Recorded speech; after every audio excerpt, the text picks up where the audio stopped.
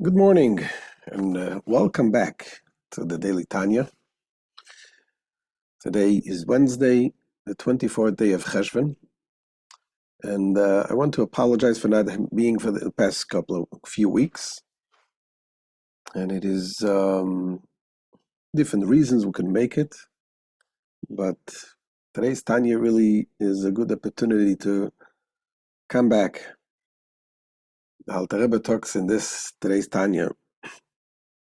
He begins with a Talmudic saying that if a person misses one day, a person is used to come to shul, to synagogue, and one day he misses a day, he's not there.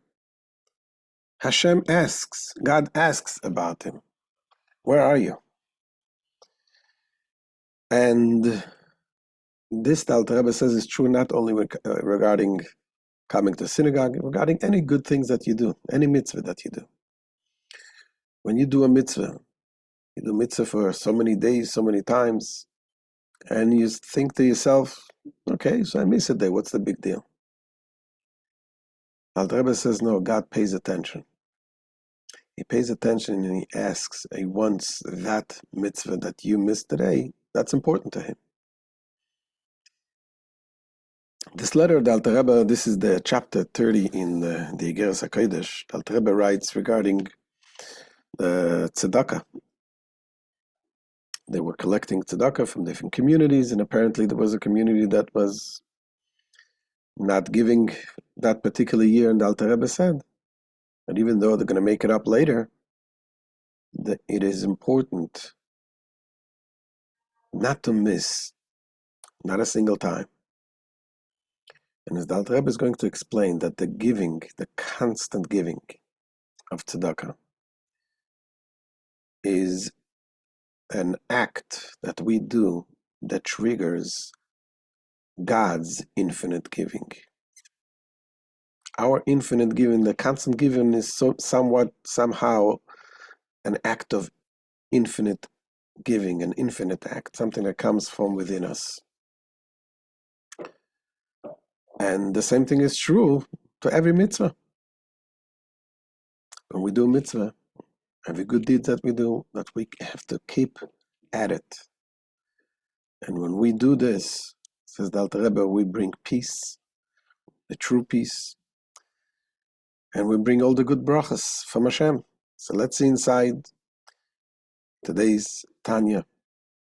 And hopefully, God willing, obviously this is a message to us also, to me, that got to keep going, overcome all the challenges and keep doing it, and keep going, keep teaching and keep learning. The daily chitas, the daily chumash, tehillim and Tanya. That's what we're doing here, learning the daily Tanya. Let's see inside. Chapter 30 in Agert HaKodesh. Says the Alter Rebbe, Mudas zois masha amru razal. It is well known that our sages of blessed memory said, Kol harogin lovei lebeis hakneses, v'yom echad lo yibah, HaKodesh Baruch Hu shoyel alav. It says that whoever is accustomed to come to the synagogue, and one day did not come, the Holy One, blessed be He, inquires after him, Shenema mi bochem yirei Hashem v'chulu. For it is written, who among you fears God? And the verse goes on and says, who listens to the voice of his prophetic servant, who walked in the darkness, and for whom no light shone. So if you used to do a good thing, if you used to come to synagogue, and then one day you don't, so you're walking in the darkness, and Hashem is asking about you. That is what Hashem is asking. What happened to this person? Says the Alter Rebbe that this is true to all the mitzvahs, and especially to the mitzvah of tzedakah. וכן בכל המצוות, ובפרט מצוות הצדקה ששקולה כנגד כל המצוות. The same applies to all the commandments, and especially to the precepts of charity, which is balanced against all commandments. Thus, if the above teaching applies to prayer, it surely applies to charity. If a person retreats from his customary charitability, God inquires after and asks, where is my donation today? And we're not talking about the prohibition when you promise something you have to keep, because even if you said in the beginning that you're not making a promise, there's no promises. Agam shehi bli neder chas v'shalom. Though one's regular giving is not bound by a vow, heaven forbid. For one should, of course, see to it that an accustomed mitzvah should not become subject to the legal force of a vow. Because when you promise to do something, you have to say clearly, I'm doing it b'li neder, without any vows or any promises, because otherwise it's much more severe if you break your vows. But nevertheless, says the Alter Rebbe, even those people that they give and they didn't make a vow, nevertheless, if you used to do a certain thing in a holy manner, a good deed, on a regular basis, it's not proper, you should stop. Not proper to go less. Nevertheless,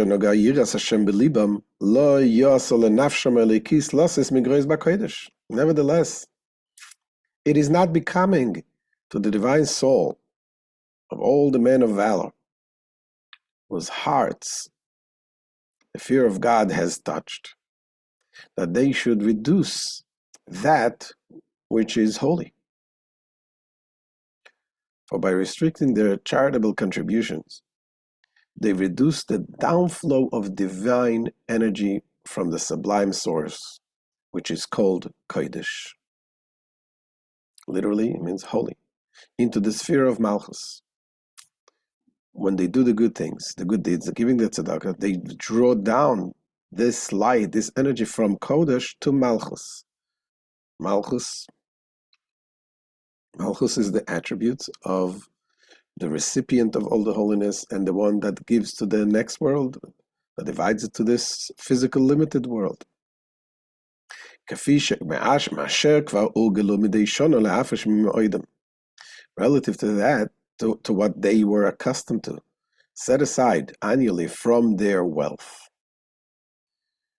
When it's saying from their wealth, it says oidam means also from the very essence, meaning that even people who gave from the very essence, meaning that whatever they gave, it took away from their own life. That these people which gave the tzedakah, they themselves did not have so much, and yet they were used to give every year. And this was to do what? To revive the spirit of the humble and the downcast, who have nothing of their own, which the Alter Rebbe was collecting for those people in the Holy Land, impoverished settlers in the Holy Land, which of course we're talking about the time of the Alter Rebbe, we're talking about 200 years ago, that they're giving from the Holy Land. So it was something that the settling of the Holy Land was way, way before all of this, what we're talking about now, the controversy, who came first, but that's besides the point. And so the people who have nothing in the Holy Land, which during the time of exile is referred to as the fallen Sukkah of David, as also its supernal source, the sphere of Malchus in the world of Atzilus. Eretz Yisrael is called the Sukkah of David, and it refers to the level of Malchus. Level of Malchus is the attribute that divides the godly energy to this world, and now it's considered a fallen Sukkah. And by the acts of the mitzvahs, we elevate that fallen sukkahs. To raise and exalt. So that the oneness, so that oneness be united with oneness. Which means the oneness of below should be united with the oneness above. And which also means when we give tzedakah, we unite oneness. One of with the oneness of one Jew with another. When you unite two people, this is a oneness that is united, and it brings the giving from above. And the way it does is the Alter Rebbe, and everything is judged according to the multiplicity of action. In other words, it's not enough to say, okay, I can't give today, I'm going to give it next year the same amount in a bigger amount. It's important the multiplicity of action today. Every time you give, you bring about this godly energy to come down. And according to the account, the Cheshvan. And what does it mean, the Lefia Cheshvan? The Rebbe is going to explain the Cheshvan, the account, the reckoning, refers to this low world that has its limitations. That's when we have reckonings.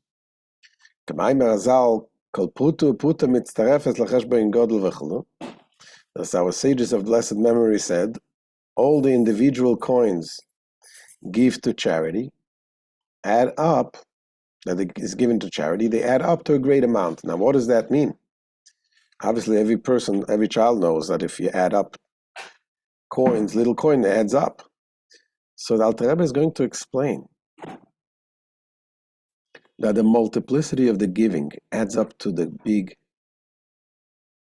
Cheshvan Gadol, to the great, that the God is great. What does it mean? As we said, the Cheshvan, the reckoning, refers to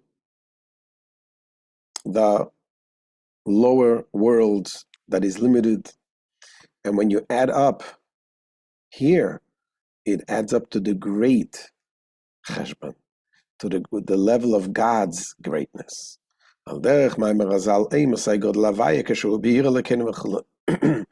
it's taught by our sages of blessed memory. When is Avaya great? When he is in the city of our God. What does it mean? The greatness of Avaya refers to the endless, limitless level of godliness. Ir Elokeinu refers to the level of this physical world, or the level of Malchus, which has its limitations. And when we bring down this infinite giving and infinite mitzvahs in this physical world, this is when we draw down the greatness of Hashem.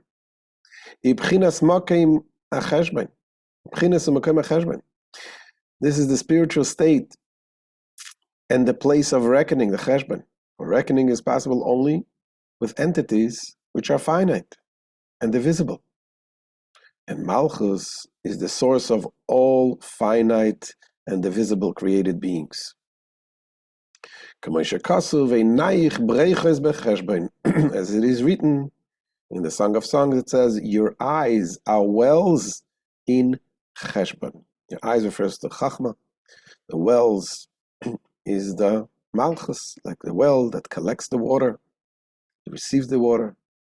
So your eyes are wells in the Cheshvan, meaning that we draw down from the Chachma, from the highest well levels, into the Malchus, b'Cheshvan, with reckoning. V'amechuven kanoida is known the meaning of the above statement.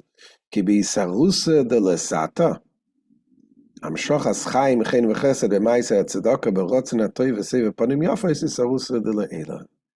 It says that as a result of an arousal from man below, the provision of the means for life, grace, and kindness by an act of charity with goodwill and a friendly countenance, there is elicited an arousal from above. So wherever we do the acts of tzedakah, and especially when we do it with a good will, with a nice smile, as we discussed this in the previous chapters, that draws down the endless life and light of Hashem. So that God will make His countenance shine forth with a radiance and downflow of grace, kindness, and supreme favor.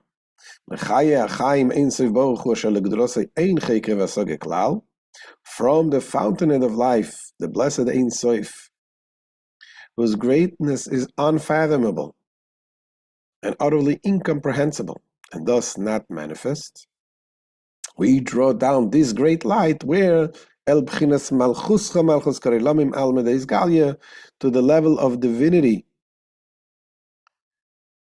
which is Malchus, at which your kingdom is the kingdom of all worlds, meaning the worlds of manifestation.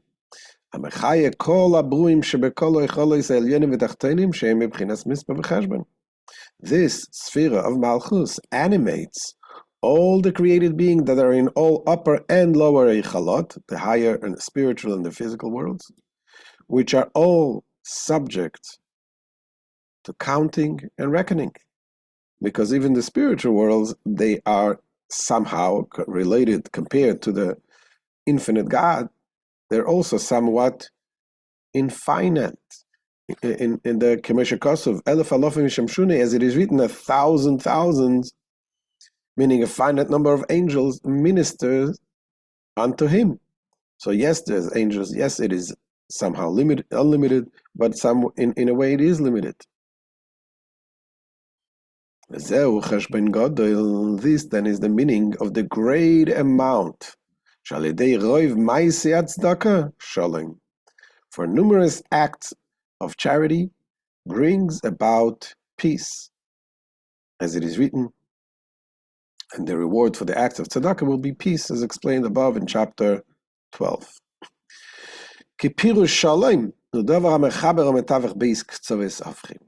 For peace implies the joining and conciliation of two opposite extremes. We're having the finite and the infinite.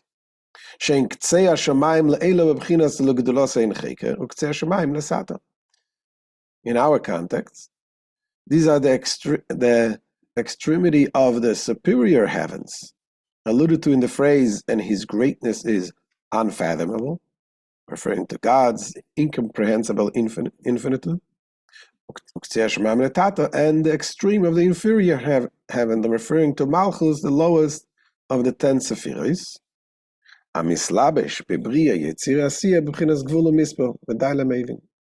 which becomes vested in the world of Bria, Yetzirah, and Asiya, meaning in a category of finitude and number. This is the lowest 3 worlds. This will suffice for the discerning. So the acts that we keep going and keep doing, and we're doing something constantly and not stopping, that is an act of somewhat infinite act. And that draws also the infinite great revelation from above that brings upon us, and that will bring us all of the brachos. Ultimately, it should bring us the blessing of peace, the true peace in the world, with the coming of Mashiach Tzidkenu very soon. Amen. Have a wonderful day, and Me'etz Hashem, we'll see you tomorrow.